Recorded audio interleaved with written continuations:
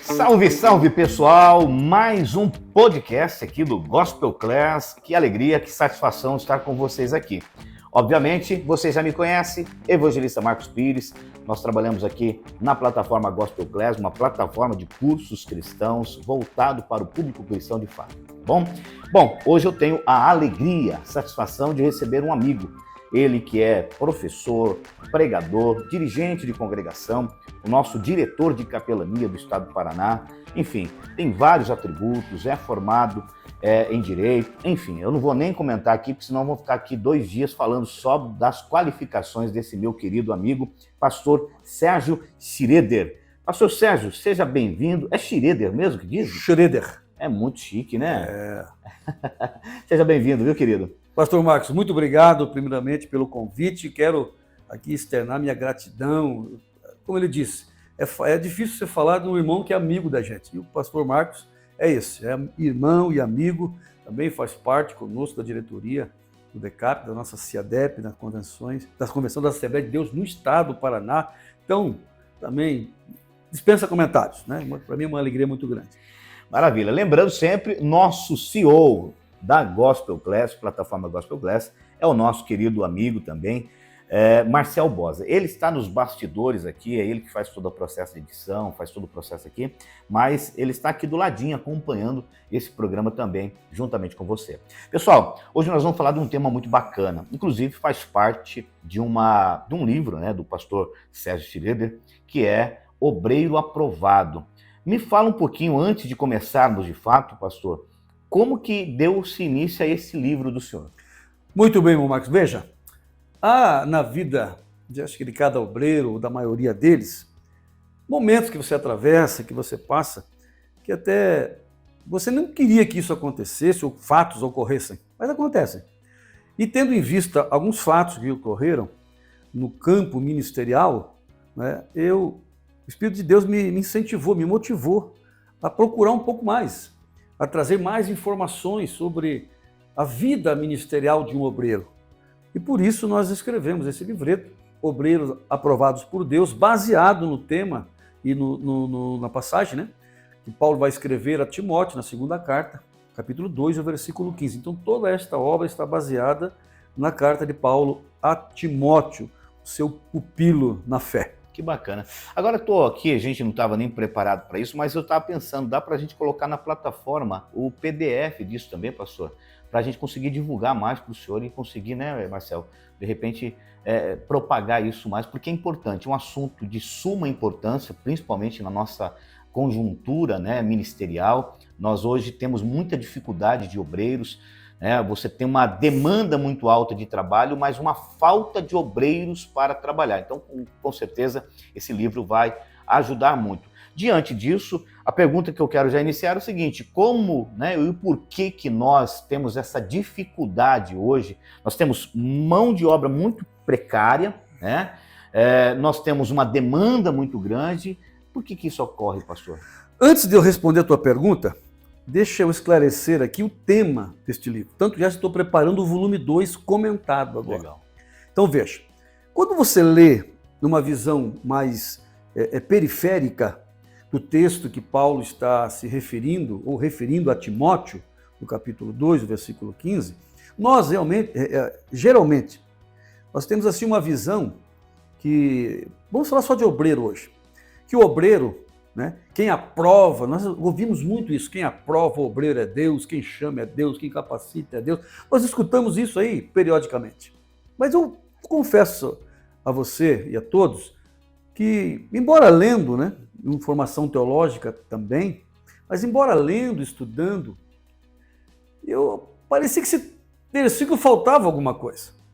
Já percebeu que tem texto na Bíblia que você lê, parece que está faltando alguma coisa? Verdade. Isso não é para engrandecimento humano nenhum, isso é para você se dedicar mais a conhecer a palavra. Por isso eu examinar. E eu fui fazer isso. E eu fui orar a Deus primeiramente, e passando por essa experiência de uns 3, 4 anos atrás, 3 anos, eu fui orar a Deus e me preocupando com isso. Aí eu fui estudar um pouco mais a fundo esse texto.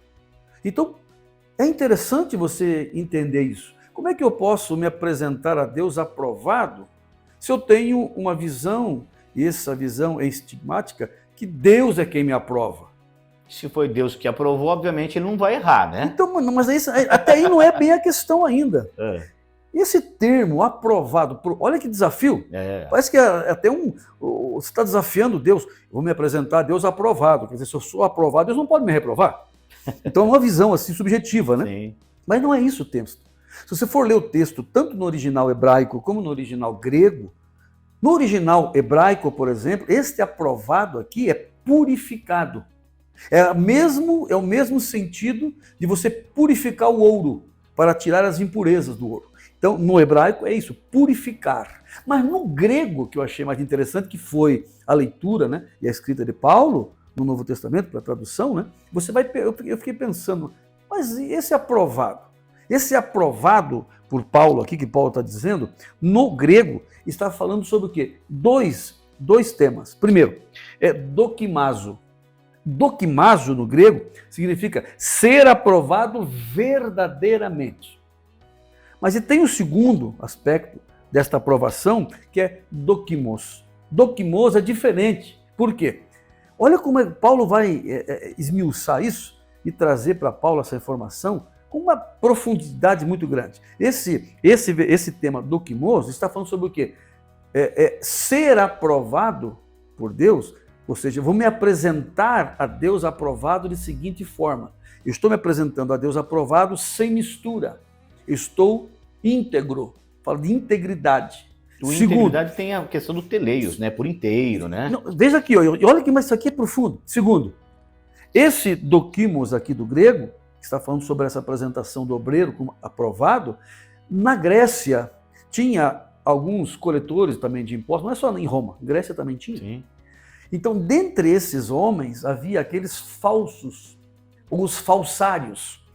Esses falsários, o que eles faziam? Eles recebiam dinheiro, às vezes falsificado. Conforme eles viam na atuação alfandegária, eles desviavam o peso das coisas, recebiam coisas com peso, valor menor. Então, quando Paulo vai identificar esse aprovado dokimos, ele está dizendo assim, ó, você tem que se apresentar a Deus, porque existia entre esses homens coletores de impostos, havia os verdadeiros. Então esses verdadeiros não aceitavam receber nada que não fosse realmente o valor exato e o peso exato. Então esse aprovado é isso, dokimos, que eles são apresentados a Deus porque havia uma garantia que eles não eram igual aos demais, que eles não eram igual aos outros, que falsificavam. Então dokimos genuinamente, olha isso aqui é lindo, né? Genuinamente, tudo que foi aprovado, purificado, limpo e aceito. Olha só que legal. Mas vamos lá, a gente vai esmiuçar um pouquinho mais isso na sequência, mas vamos lá. Vamos iniciar o projeto aqui dessa conversa nossa. Por que nós temos muita obra para fazer e poucos obreiros para realizar? Muito bem, primeiro, há um esfriamento espiritual generalizado. Em se tratando em detrimento a obreiros, uma das preocupações e uma das causas motivacionais dessa falta de mão de obra é o quê? Primeiro, esfriamento espiritual. O pessoal não tem mais aquele interesse pelas coisas mais, né? De Deus. Exato. Não se tem mais o sentimento, né, de estar cooperando com Deus para a obra do Senhor. Então esse esfriamento espiritual, nós vemos hoje que é universal, né? E segundo, uma indiferença espiritual muito grande. Nós vemos, por que eu digo para você essa indiferença? Eu quero falar para você que está nos assistindo. Infelizmente, para muitos hoje, ministério, tá, é sinal de status. Segundo, para muitos, ministério não é mais vocação, é premiação. Meu Deus. Muitos são colocados no ministério porque é irmão de fulano, filho de não sei de quem, parente não sei daquele, e outra coisa. E outra coisa que é perigoso, eu estou congregando com alguém, ou alguém congrega comigo há muitos anos. Aí eu vejo lá um crente muito bom, né, com todo o testemunho cristão, suficiente. Aí eu faço assim, ó, poxa vida, mas o irmão está comigo há 20 anos, sabe o que eu vou consagrar ele a diácono, a presbítero, ou até pastor. Então, Ministério, primeiramente, não é premiação. Ministério é vocação. O senhor percebe que tem muitos pastores que, querendo fazer um conchavo, faz isso só para aglutinar mais seguidores para ele? Isso chama-se o estigma, né, de superioridade. Infelizmente já. Como eu digo para você a respeito dessa indiferença, quando João recebe a revelação na ilha de Patmos, no capítulo 3 e o versículo 19 do livro do Apocalipse, olha o que está escrito lá. Eu corrijo e disciplino todo aquele que amo. Portanto, abandone a sua indiferença, né, e se torne um entusiasta das coisas de Deus. Olha só. O que falta hoje para grande parte dos nossos obreiros é entusiasmo. Eu não estou falando que de entusiasmo ministerial, porque para muitos ministério É status. é frustração. Ah, sim. Ministério é frustração. Ah, sim, sem dúvida. Para muitos, então, o ministério, se você tem esse sentimento de ministério como status, você está no lugar errado. Segundo, ministério não é premiação. Ministério é reconhecimento de vocação. E não é parte de homem, é parte de Deus. Né? Por isso que Paulo vai dizer, Timóteo, apresente-te a Deus aprovado, ou seja, por nós aqui está tudo certo, você está qualificado, agora é com Deus. Olha só, e a linha de visão de Deus é diferente do homem, né? Realmente. Mas vamos lá, eu estou no ministério há algum tempo já e dirijo congregação também. Existem aqueles obreiros que são bons obreiros, mas existem aqueles cobreiros. Por quê? Porque dão trabalho. Essa falta de obediência também, essa falta de responsabilidade, de comprometimento, o que traz isso, meu pastor? Veja bem, primeiro, vamos entender uma coisa. No rebanho de Deus, nós estamos acostumados a falar sempre de 3 animais.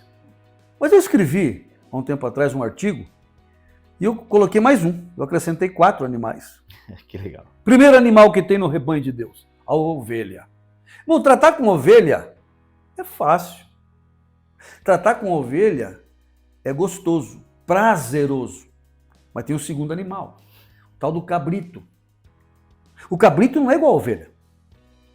O cabrito é aquele que pula para cá e pula para lá. Para pegar o bichinho, você tem que correr atrás. Lembra de Gideão quando foi oferecer o sacrifício? Por que ele demorou para... Ele ofereceu um cabrito. Até pegar o cabrito, pense, quanto tempo não levou? Deu trabalho. Então o cabrito é aquele que, sabe, ele pula para cá e pula para lá, ele nunca para te ouvir. Aí tem o terceiro, que esse é complicadíssimo, que é o tal do bode. O bode dá cabeçada, o bode morde.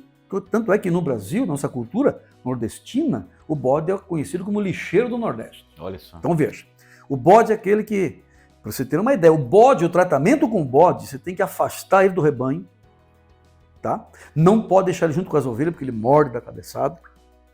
Então esse bicho é perigoso. Aí tem o quarto bicho, escreva aí, que é a mula. Então vamos lá, vamos só para ovelha, Cabrito, bode, mula. mula. O que é a mula? Você pode ver, você não conhece o obreiro, que ele nunca concorda com nada. Tem bastante. Tem obreiro que você se falar para ele, não aceita. Já tentamos, não deu certo, e comigo não funciona assim. Aqui na porque igreja é assim. Com meu pai era assim, com meu avô era assim, então aqui, ó, eu estou aqui na igreja, a Assembleia de Deus vai fazer quanto? 115? É 115 né? anos. Eu estou aqui há 114 anos e... Então, vê, o que você... Só que tem o seguinte, eu conversando com Deus a respeito disso, agora dia 2 de novembro fará 24 anos que eu estou pastoreando, a 8ª congregação. 7ª, a uma que tinha uma subcongregação, então 8, né? E eu preocupado com isso, você olha isso, você atende isso diariamente no rebanho. E aí você vê, Deus foi falar comigo sobre isso, eu escrevi sobre isso no artigo. O que é a mula? A mula é aquele que não... Mas só que eu aprendi uma coisa, olha como é interessante. Você não pode tratar o cabrito como trata a ovelha. Não pode tratar o bode como trata o cabrito. Cada bicho tem que ser tratado conforme a sua espécie.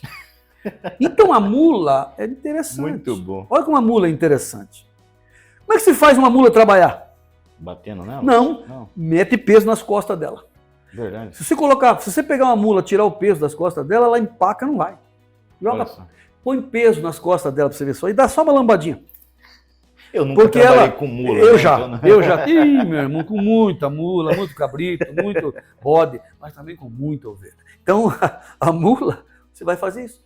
Então, perceber essas pessoas difíceis de lidar, dá trabalho pesado para eles fazerem. Olha só Os que trabalhos legal. pesados, manda fazer. Boa dica. Porque eles fazem. O problema deles é que eles não concordam. Eles não são inimigos, mas são adversários. Tipo, você tem que dar trabalho para eles não ter tempo para ficar reclamando, é isso? Deixa a mula fazer, executar a sua função, carregar peso. Muito bom, anote aí, pessoal. Muito interessante esse pensar aqui. Mas vamos lá, diante dessa realidade, né, dos bons obreiros, dos maus obreiros, a gente percebe que o obreiro, ele precisa, eu sempre falo isso na liderança da igreja, que nós que estamos na frente precisamos ser referência. Ser referência também dá trabalho, porque você tem que, muitas das vezes, fazer coisas que você normalmente nem faria, né? Porque é uma realidade diferente, você tem que estar na frente. Como que é essa realidade, pastor? O obreiro, como ele pode exercer essa referência nas condições atuais? Pastor Marcos, nós falamos sobre o mau obreiro. Aqui a referência da mula. Isso aí, logicamente, que nós estamos usando aqui uma figura de linguagem. Mas existem os bons obreiros. Tem obreiros que dá gosto do seu trabalho. E tem mais, eu disse esses dias num culto de ensino na igreja, né, que às vezes o pastor ele se empolga, se motiva a trabalhar, porque tem lá. Se você for ler a história sobre a igreja de Sardes, você vai se apavorar. Porque era a igreja conhecida, chamada igreja da aparência. O Senhor vai dizer, vocês têm nome de que está vivo, mas estão mortos. Aparentemente, estão excluídos. Mas lá na continuidade do texto, assim, porém, tem alguns entre vocês que não contaminaram as suas vestes e andarão de branco comigo. Ou seja, então no meio desses tem os bons. Perfeito. Então por esses bons, pelas ovelhas, não pelo cabrito, pelo bode, pela mula, mas pelas ovelhas, é que o pastor se motiva a trabalhar. E para você ajudá-los, tá? Eu vou dizer uma coisa aqui para você que talvez choque o teu conhecimento agora, o teu entendimento. Estava orando a Deus sobre o funcionamento da igreja. Porque muitas vezes nós, pastores, perdemos tempo com aqueles que não querem nada. E você visita, e você ora, e vai atrás, e traz, e chama, e faz, mas não querem nada. Então nós vamos fazer o quê? Nós estamos perdendo tempo, gastando energia com essa classe de pessoas, e começamos a deixar e esquecer aqueles que estão ombro a ombro conosco, Verdade. que estão carregando o fardo com a gente, que estão chorando junto, que estão pagando o preço. E Deus falou comigo. Infelizmente, não são todos. Muitos ficarão pelo caminho. Mas então os bons obreiros, né? O que você faz? Primeiro, você vai apoiá-los. Apoiá-los em que sentido? No reconhecimento. Eu não estou falando aqui de bajulação. Perfeito. Antigamente eu estava muito preocupado com os bajuladores. Hoje? Não, aliás, com os bajuladores. Hoje não. Hoje estou preocupado com aqueles que gostam de bajulação. Então, o que você vai fazer? Esses obreiros, você vai reconhecer o trabalho deles. Paulo fez isso com Timóteo. Exato. Então, veja, esse cuidado que nós temos que ter, primeiro, todo obreiro, esse ponto que você tocou agora sobre referência e referencial. Nós temos que tomar muito cuidado com isso, tá? Muito cuidado. Mas antes disso, eu acredito que nós vamos falar aqui sobre o zelo. Eu tenho escrito aqui, nesse livreto, por exemplo, eu escrevi sobre 9 zelos. Olha que legal. Que um obreiro precisa ter. Depois eu escrevi sobre referência, referencial. E o terceiro assunto, 6 ali, eu chamei aqui no livreto, né, de 6 ações, podemos dizer assim, que o obreiro, tá, precisa vencer para vencer. Se não vencer esses 6... Como se fosse um cuidado, né? O cuidado está no zelo, tá? Mas quando eu falo sobre vencer esses 6 sentimentos, eu escrevo sobre 6 sentimentos que o obreiro precisa vencer. Se o obreiro não viver os 9 zelos e ter, e viver, e vencer esses 6 sentimentos, não vai ter sucesso no seu ministério. Mas vamos lá. Vamos lá. Vamos voltar ali naquela Voltamos. pergunta.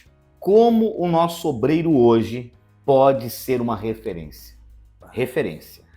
Pastor Marcos, eu vejo esse tema hoje, em se tratando de obreiros, o mais profundo de todos. Temos obreiros hoje com conhecimento teológico, técnico. Temos obreiros hoje que você fica abismado de ouvi-los.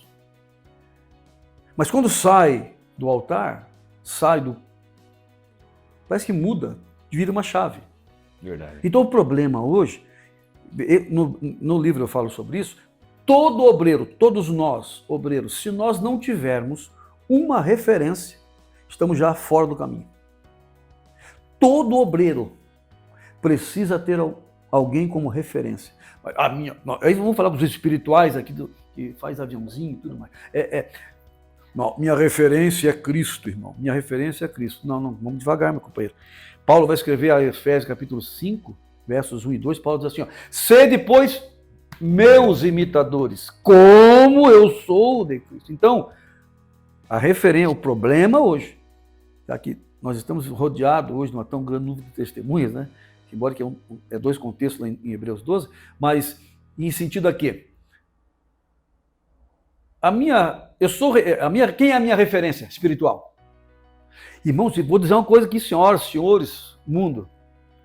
Hoje, como está difícil... Eu ia falar exatamente você isso. encontrar uma referência.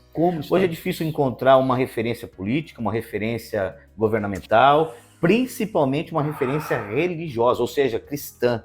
E aí, por isso eu fiz a pergunta, como que eu posso ser uma referência? Que atributos eu tenho que ter, meu pastor, para poder ser uma referência?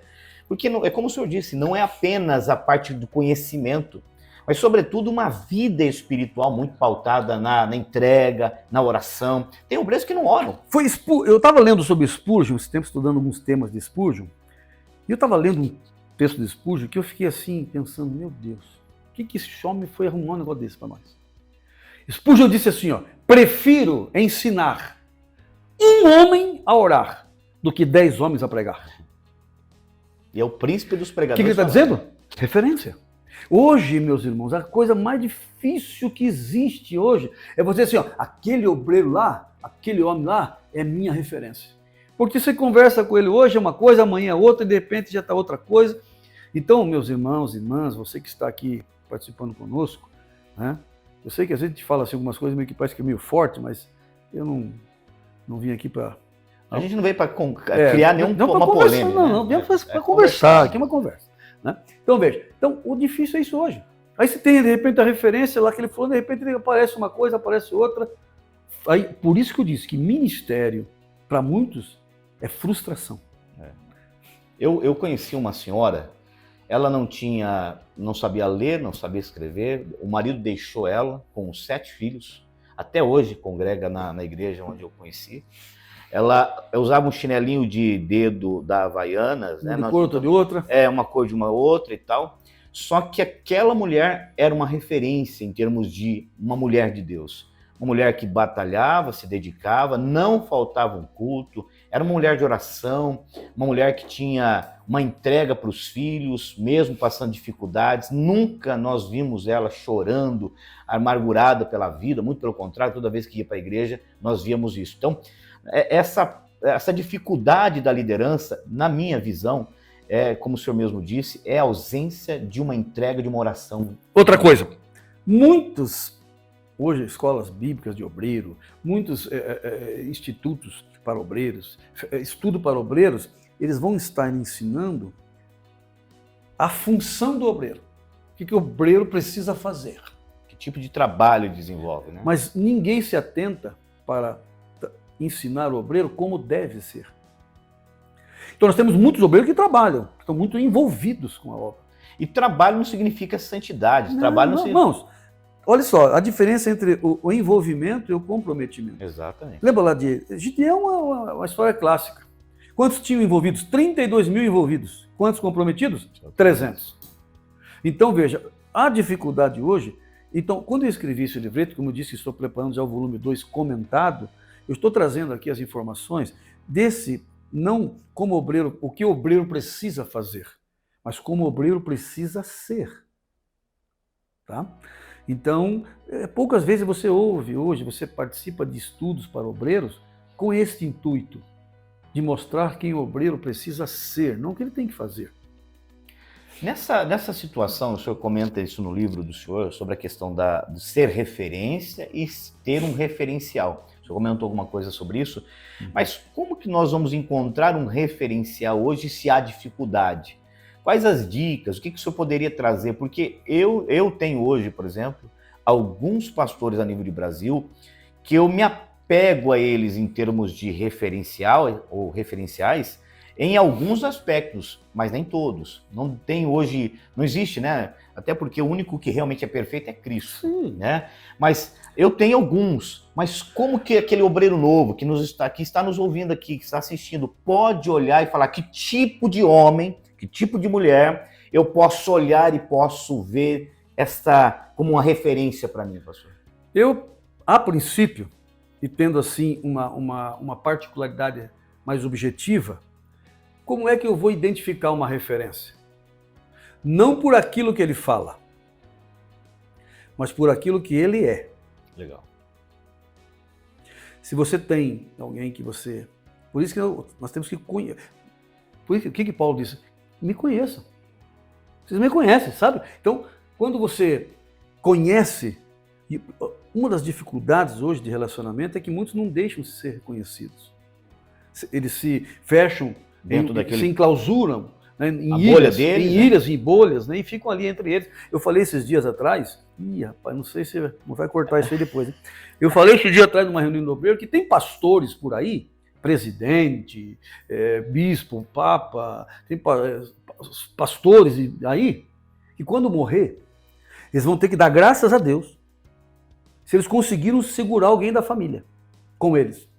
Porque senão, não vai ter 6 para levar o caixão dele. Meu Deus. Porque se fecham nos seus mundos. E hoje, irmão, parece que são semideuses. É difícil se conversar, é difícil você sentar hoje com um pastor. Aqui no sul tem muito esse costume, tomar um chimarrão, bater um papo. Matear. Conversar, conhecer. Então, a referência aí, não do que ele está falando, mas como ele está vivendo. Irmãos, eu sou testemunha ocular disso. Eu tenho algumas referências no meu ministério, mas, irmãos, me desculpem, né, os demais, eu tenho outras referências, mas esquecer do pastor de saudosa memória, José Pimentel de Carvalho, é impossível. Eu tive o prazer, eu lembrei de Paulo, quando falou assim que aprendeu com Gamaliel, né? Eu tive o prazer de sentar aos pés da cama, no quarto dele, no pé da cama dele, esperar ele dormir, acordar, para falar com ele.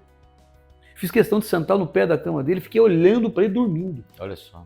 E ele, quando ele acordou, ele olhava assim, oi, irmão Sérgio, você já está aqui? E um dia ele falou assim para mim, na casa dele, eu fui lá conversar com ele, houve uma situação ministerial muito grave, ele pediu para eu investigar essa situação, e eu fui investigar, era a respeito de um pastor primeira prateleira, e na investigação saiu um segundo pastor também, de primeira prateleira. E foi configurado, né, o que houve, né? E eu fui falar com ele, falei, pastor, e eu passei todas as informações para ele, só eu e ele no quarto, na sala da casa dele. E eu conversei com ele, passei todas as informações.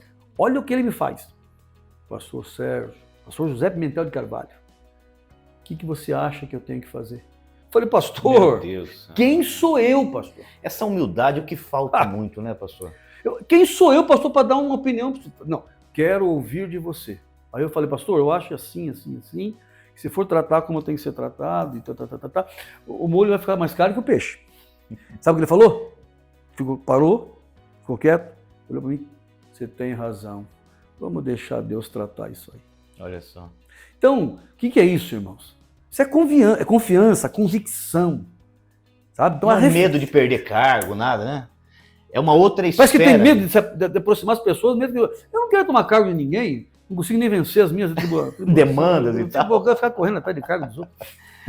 Quais os sentimentos que o senhor acha aí que o obreiro precisa ter um cuidado aí? Tem que estar atento, pastor. Eu posso usar isso? Posso tirar aqui? Claro, fica à vontade. Eu quero só para te mostrar uma coisa. Não liga que isso aqui é a última geração. Olha aqui, ó. Vem cá. Pra você ter uma ideia. Por que eu me entusiasmei em escrever e fui falando sobre isso, tá? Só para você ter uma ideia, só voltando aqui, ó, sobre 9 zelos. Primeiro zelo. Primeiro zelo é o zelo com Deus. Se você não tiver o zelo com Deus, você não tem zelo com nada. Segundo, não é zelo pela igreja, não. Segundo, pela tua família. Eu quase perdi família por causa disso. Por não entender isso. Uma preocupação minha, tá? Sabia? Zelo pela igreja, zelo pela coragem. Não, mas vamos devagar, calma. Olha aqui, ó. Vamos lá, zelo por Deus. Zelo por Deus. Pela tua família. Que é terceiro, aí sim, zelo pela igreja que Deus te Confiou. Quarto, zelo pela coragem, que tem de obreiro covarde hoje. Meu Deus, verdade. Você bateu o pé e sai correndo. Você falar que tem endemoniado, ele manda a irmã do ciclo de oração e não vai. Quinto, zelo pela disciplina. Aí é forte, porque a maioria não quer, né? Não, mas disciplina requer obediência. Então. Lembra que Paulo falou para Timóteo lá? Olha, como quem? Primeiro como soldado. Seja como um soldado. E soldado obedece. O senhor foi militar, né? Soldado, irmão. O senhor é militar. O soldado, ele tem a obediência incondicional. Exato. E hoje não. Então falta disciplina para os nossos obreiros hoje. A parte de Hebreus que fala, obedecer os vossos pastores. E sujeitai-vos. Tá, então veja, isso, o quinto, zelo pela disciplina. Sexto, que ninguém pode pensar nisso, zelo consigo mesmo. Como é que você está tratando você? Outra coisa, como é que você conhece você? Tem gente que não se conhece, é verdade. É difícil trabalhar com pessoas que não se conhecem. É. Eu sou sanguíneo e melancólico. Eu também. Então tem hora, irmão. Eu também. Primeira coisa que eu fiz. Eu sou melancólico, eu sou fleumático. Eu já sou melancólico. Primeira coisa que eu fiz quando me aposentei da polícia militar, vendi a arma que eu tinha. Porque eu sou sanguíneo. Segundo, eu sou melancólico. Tem dia que eu quero dar tiro para cima. Tem dia que eu não quero conversar com ninguém. Então, esse aqui é o zelo. Então você tem que se conhecer. É verdade. E aqui, né, em oitavo, aqui, né, e aqui, o sétimo, zelo para com a verdade. A verdade é irrevogável.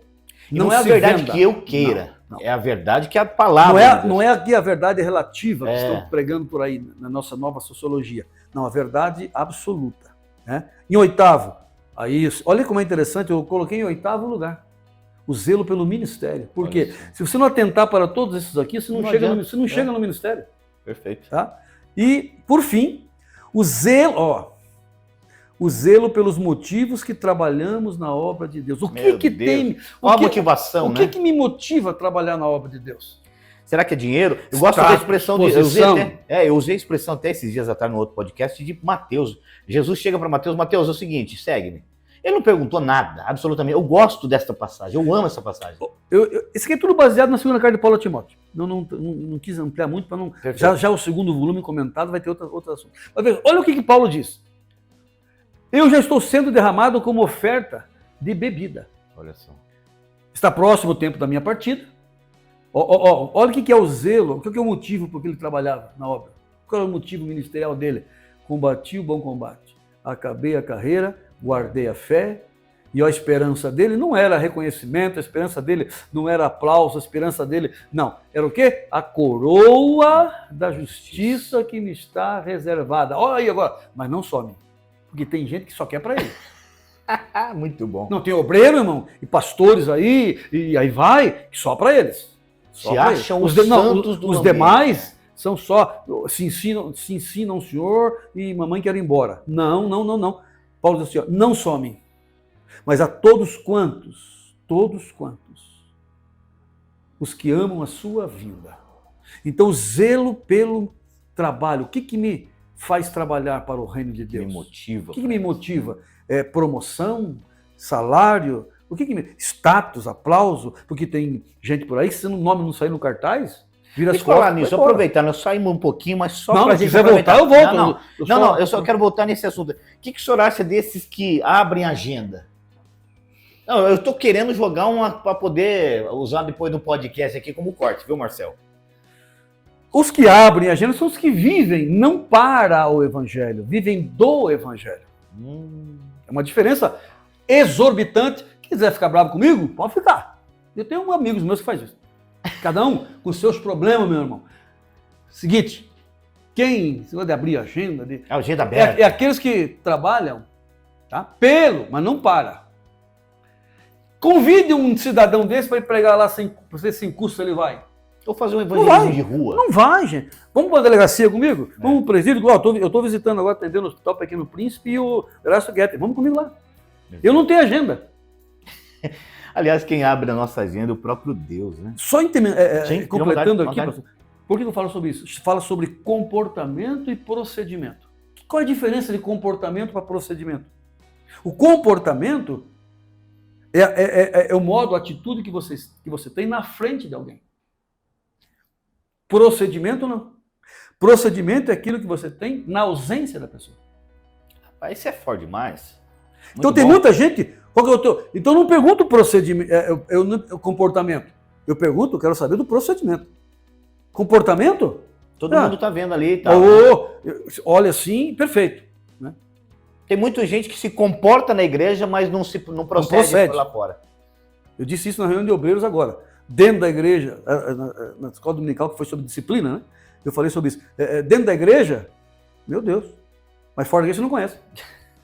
Tá? E aí sim, vamos falar agora sobre, aí referencial que nós falamos, e agora sobre os... dá uma olhadinha, olha aqui. Sobre 6 sentimentos, eu coloquei 6, que o obreiro deve vencer. Quer ver só? Vamos lá? Aí eu falei sobre Timóteo e sobre Hebreus também. Primeiro sentimento que nós, obreiro, se nós não vencermos esse sentimento, está balançando nosso ministério. Medo. Não tenha medo de pregar a verdade, de viver a verdade. Não tenha medo de pagar o preço. Não tenha medo. Seja aonde for, com quem for. Perfeito. Então, primeiro sentimento, medo. E esse medo aqui, né, pacad no hebraico, vai falar sobre o quê? Medo em situações perigosas.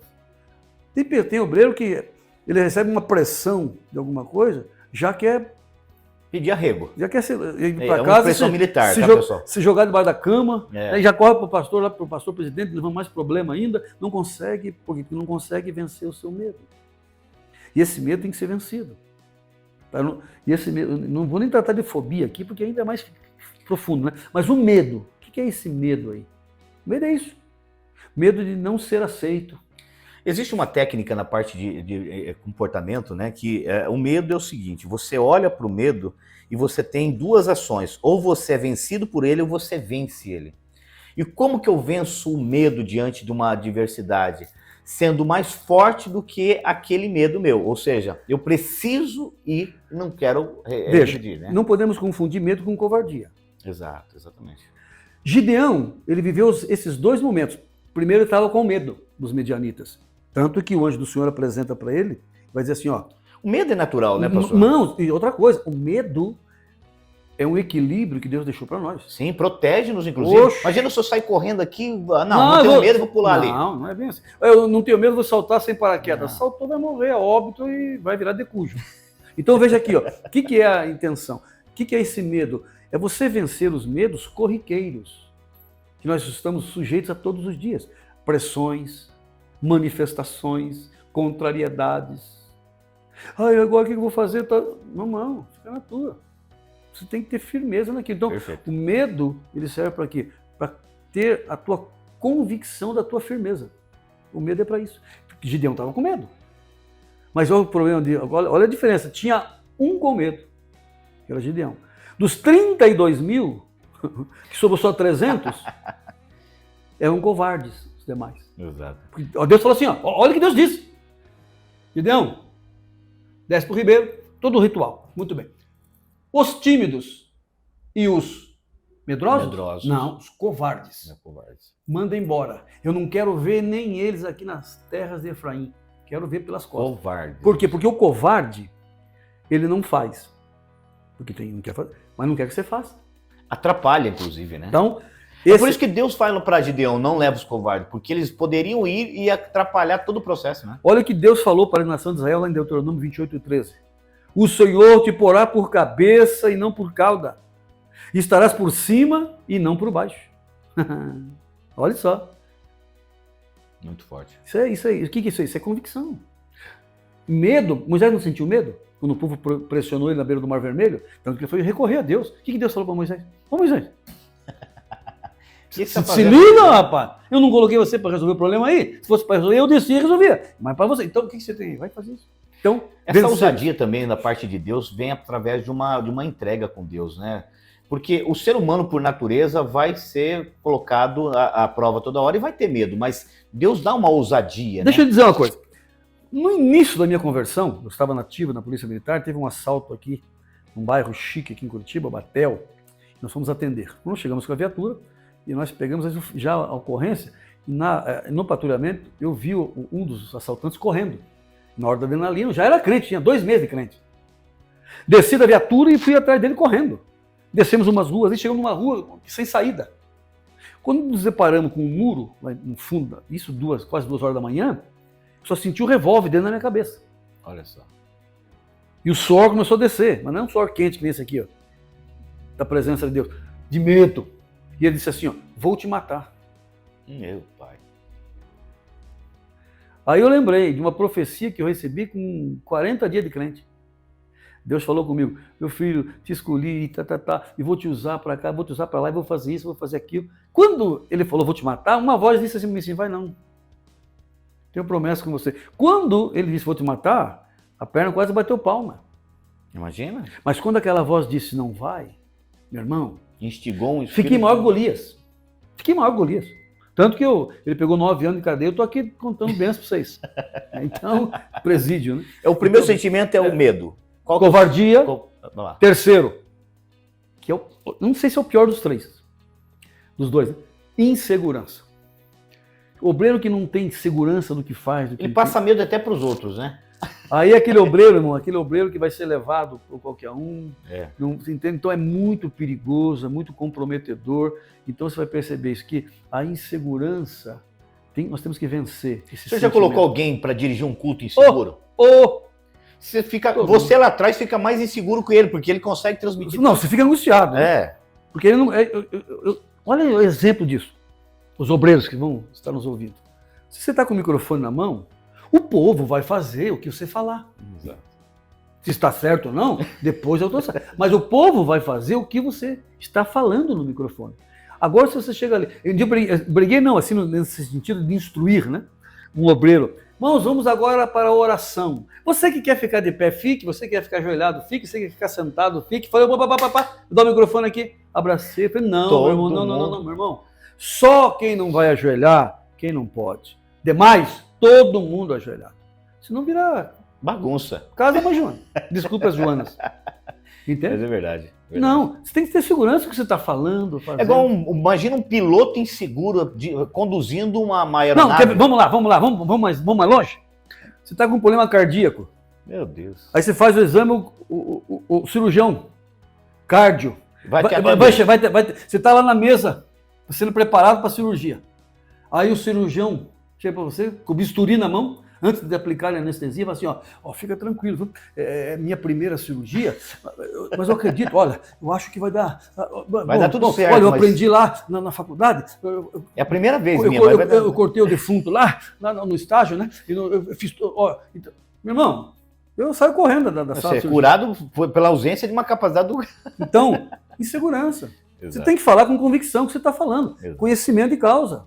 Mesmo que possa errar, mas fale com segurança, né, pastor? Errar, meu irmão, é natural. Exato. Mas o que eu digo é você ter cuidado naquilo que você vai falar. Exato. Você conhecer, saber o que você vai falar. Então, por isso que um obreiro, né, tem que ter esses cuidados, ter essas prerrogativas, atentar mais para isso. Né? Eu disse esses dias, eu fui pregar um tempo atrás numa outra cidade aqui, numa consagração de obreiros. Na hora, pregamos, graças a Deus foi uma bênção. Depois, o que aconteceu? Chama os obreiros para frente, os pastores vão descer e pôr as mãos e orar. Aí o pastor, que eu havia pregado, e eu pedi a oportunidade ao pastor, presidente, e ele me devolveu. Pois não, pastor. Eu quero fazer aqui para vocês agora um pedido. Os obreiros tudo na frente em pé, antes de ajoelhar. Você, meu irmão que veio aqui, está aqui, já foi indicado, passou pelo crivo, se passou, não compete a mim. Mas que você que não tem convicção, não tem certeza da tua chamada, é a última oportunidade que você tem para sair daqui agora. Porque depois que você dobrar o joelho e for imposto as mãos, você não tem para onde correr mais. Forte, muito forte. E as pessoas têm essa dificuldade, né? Essa insegurança transmite para a família, para o lar, para tudo, né? Quinto sentimento, ansiedade. Irmãos, por favor, você que está me ouvindo, eu sei que vai ter psicólogo, vai ter psiquiatra, acho que é o psiquiatra que me ligar, acho que é meu louco, mas eu quero... Qual é o sentimento mais difícil, que hoje, inclusive, é conhecido como a doença do século? Ansiedade e depressão. Irmãos, as duas. porque a ansiedade produz a depressão. A ansiedade é uma porta. A ansiedade ela é o pensamento lá na frente, né? É o gatilho. Porque veja só, por que eu acho que é interessante isso? E olha como é difícil. É fácil você vencer a ansiedade? Não, não. Ah, não, porque Pedro escreveu lá, capítulo 5, lançando sobre ele toda a vossa ansiedade, porque ele tem cuidado de vós. Fácil, Que coisa linda! Quero ver você fazer isso.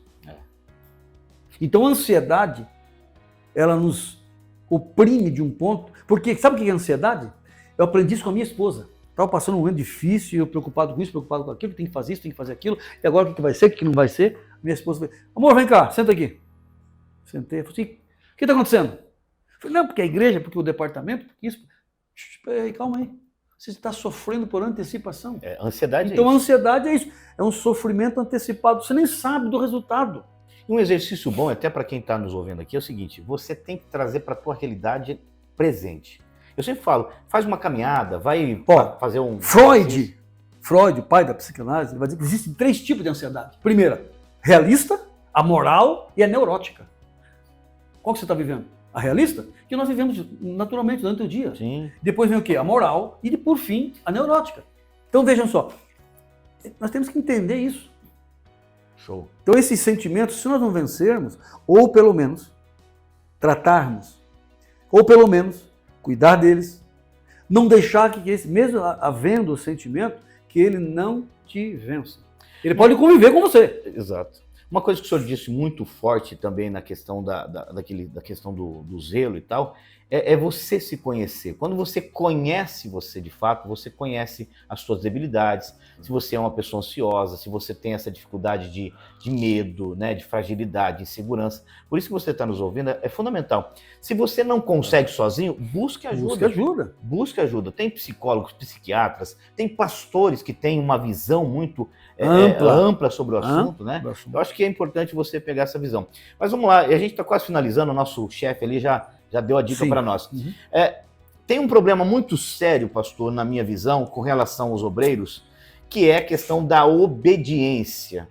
O que nós estamos errando que os nossos obreiros não obedecem? Ou o que podemos fazer? Enfim, o que o senhor acha com relação a esse assunto? Vamos abrir aqui 2 parênteses. Primeiro, vou voltar aqui a algo interessante, que é o exemplo. Meu pastor faz. Fulano não faz.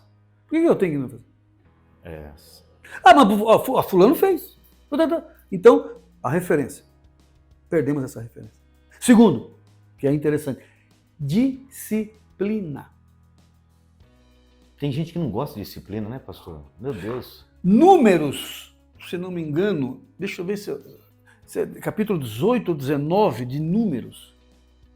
Quando ali fala sobre a disciplina, quando alguém dentro do arraial pecou, não se arrependeu, teve problema, tinha que ser tirado. Não podemos? Podemos sim. Tira.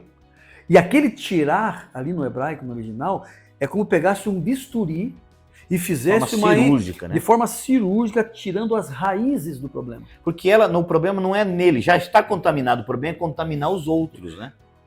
Eu perguntei lá na escola dominical sobre disciplina, eu perguntei, irmão, você tem uma caixa de laranja, é bem trivial, é bem sugênero, esse exemplo, né? Você tem uma caixa de laranja, tem uma laranja podre. O que você faz? Tira podre. Por quê? Para não contaminar as outras. E se tiver 2 laranjas? 3, 4, 5, o que você faz? É só uma que tira? Você tem que tirar todas. Então, isso aí não é. Uma coisa que é interessante, eu gosto muito dessa expressão, é o seguinte: só tem sentimento de perda quem tem sentimento de posse. Dentro de um ambiente de igreja, nós temos que, obreiros, e aí eu estou falando com os que são líderes mesmo, né, pastor? É uma grande dica para você. Se você está chamado e você é um obreiro aprovado, você não vai ter medo também de tomar decisões importantes. Tem gente que vai chegar para o pastor Sérgio e falar: pastor Sérgio, eu não gosto muito do senhor, eu não vou congregar o senhor. Ah, não, fica comigo. Não é essa a realidade. É assim que o senhor faz? Posso até diferente. Quando é um novo convertido, pastor, eu queria minha carta de mudança. Vamos sentar aqui para conversar. O que aconteceu? Aconteceu alguma coisa? Se é um crente já muito antigo, pastor, eu quero minha carta de mudança. Se eu passo na secretaria, o secretário é fulano de tal, para ele bater a carta, eu já assino. Aí esse Deus irmão veio falar comigo: mas você não vai perguntar por que eu estou? Não vou, irmão. Você é bem maduro para saber o que você quer da vida. Então, siga o teu caminho. Pastor, meu horário está indo embora. Eu ia falar do sexto. Não, mas vamos lá. Aproveita, vai. Conformismo. E dentro do conformismo, 2 vertentes. O capitalismo, tá? E o imediatismo. Se nós, dentro dessa conformidade que vivemos social hoje, nós não vencermos o capitalismo que nos rodeia e o imediatismo, você pode perceber que hoje nós vivemos a geração do tudo para agora. Exato. O obreiro é feito hoje... A igreja de Éfeso, lá na carta em Apocalipse, ela é uma igreja conformada. Ela começou a aceitar todas as coisas que estavam vindo do mundo e Deus vai falar com ela. Né? A igreja de Corinto é a mesma coisa. Antigamente, se você preparar um obreiro, levava anos. Hoje, irmão, em 3 meses, está pronto. Às vezes até menos. Meu pastor, eu poderia ficar aqui horas com o senhor, mas gostaria que o senhor desse uma dica, uma reflexão para os nossos obreiros novos e também os mais antigos também, porque não é questão de tempo, mas sobretudo de entrega, de como nós entregamos. Porque tem obreiros novos que são usados, dedicados, respeitosos. Precisam ser ensinados. Também precisam ser ensinados, né? Então, por favor, fica à vontade. Meu irmão, você que, minha irmã, que quer entrar no ministério, a obra de Deus. Vamos ver aqui algumas coisinhas. Primeira, você precisa saber da tua chamada. Você tem convicção da tua chamada para o ministério? Ah, mas eu não sei, é que meu pai falou, fulano disse, meu tio falou. Você tem convicção do teu ministério? Segundo, se está disposto a pagar o preço no ministério? Irmãos, ministério é mais choro que alegria. O pessoal fica achando que é muita, né, pomposidade. É que esse status que estou mostrando hoje aí, né? Esses pregadores e tal. Mas, então, primeiro, convicção do teu ministério. Segundo, tá? Você ter essa... E outra coisa, e terceiro aqui. Por que eu quero entrar no ministério? Qual o motivo, né? Qual o motivo? O que me motiva? Muito forte. Se você responder essas 3 perguntas, você vai ter aí uns 80% do ministério afirmado, os outros 20%, né? Pode se preocupar. Está aprovado? Não vou lá para ser aprovado, não, eu vou aprovado. E aí Deus, dentro desta aprovação, é que Deus vai me encaminhar para onde eu vou. Legal. Quando eu me apresento aprovado, estou aprovado, Deus vai me encaminhar, através desta aprovação, para onde eu vou, o que eu vou fazer. Aí Deus vai direcionando as coisas. Orientado por Deus, né? Vai orientando. Muito bacana essa conversa, pastor. Eu creio que nós podemos trazer o senhor mais vezes. O senhor tem muita bagagem para nos transmitir aqui. Obrigado. Uma alegria mesmo estar com o senhor. Lembrando você que o pastor Sérgio, ele é o nosso diretor de capelania do estado do Paraná. Se tudo correr bem, vai ter os cursos liberados, inclusive, da capelania, né? Do DECAP, em AD. Justamente em AD, através da nossa plataforma. O pastor Sérgio já tem as renovações ali, nós já estamos fazendo, trabalhando, né? A nível de presencial, mas estamos aí preparando tudo isso para que você também tenha acesso à capelania EAD aqui na nossa plataforma. Aqui atrás, irmãos, tem aqui a nossa plataforma. Você entra no nosso site, os nossos cursos, você que é, de repente, uma pessoa que faz eventos, quer fazer um evento com a gente, entra ali, passa todas as informações ali. Fica à vontade. Essa plataforma, né, gospelclass.com.br, tem sido para nós hoje na capelania um achado, uma pérola, porque tem nos ajudado de uma forma assim extraordinária. E as futuras instalações dentro da plataforma, né, de outras formas. Então, eu quero aqui, primeiramente, agradecer a vocês que estão aí nos ajudando, né?